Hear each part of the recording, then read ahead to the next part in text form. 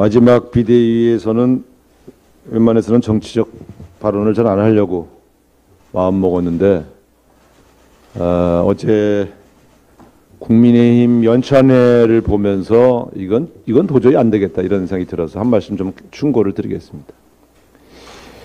지금 집권 여당이 국민에게 주고 있는 많은 그런 뭐랄까요, 걱정거리들을 생각하면 이 연찬회를 기점으로 그런 우려를 털고 단합하고 또 민생 여러 현안들을 잘 정리하는 집권당의 모습을 세우는 것이 목표 아니었겠습니까?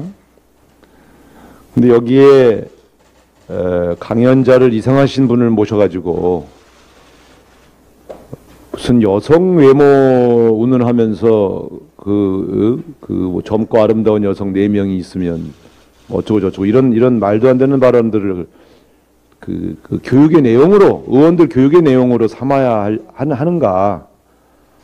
역대 정당의 연찬회에서 대체 이런 발언을 한 강사가 있었나?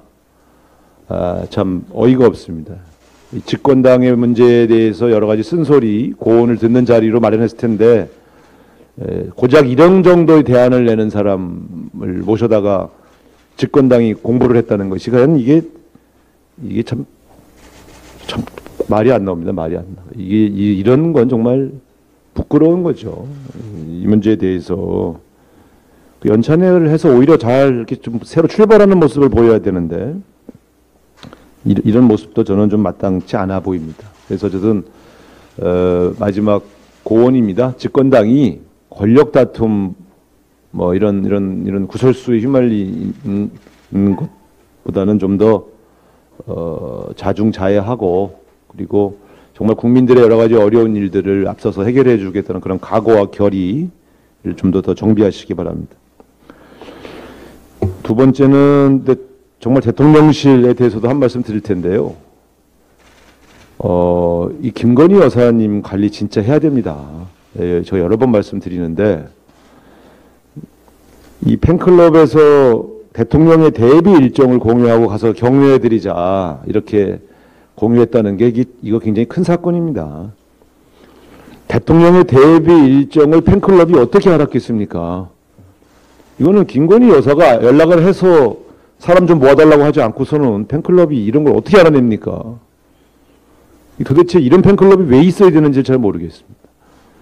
강신업 씨가 사퇴해서 이제 당분간은 좀 조용하겠구나 했는데 이건 대통령 여사 발로 이 팬클럽 구설수 계속되고 있는 것, 이것은 정말 심각한 문제 아니냐. 그래서 제가 특별감찰관 임명해라 그랬더니 또 다른 문제와 연동을 해서 안 하고 있는데 제가 말씀드렸지 않습니까? 이분 또 사고 치십니다.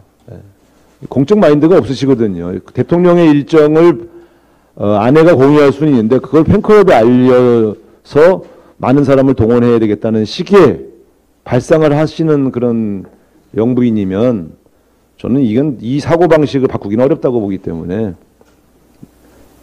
제가 물러나는 마당에 뭐 할 말은 아니지만 정말 대한민국 국격에 관한 문제고 대한민국의 국정 운영에 도저히 발견할 수 없었던 희한한 일들이 자꾸 발생하고 있는데 이걸 문제는 끊지 못하고 있는 것이 더 문제 아니겠습니까? 그래서 좀 이 문제에 대한 대통령실 자체의 대책을 좀 내놓아라 이렇게 다시 한번 더 말씀을 드립니다. 그리고 또 계속 문제를 제기해 왔습니다만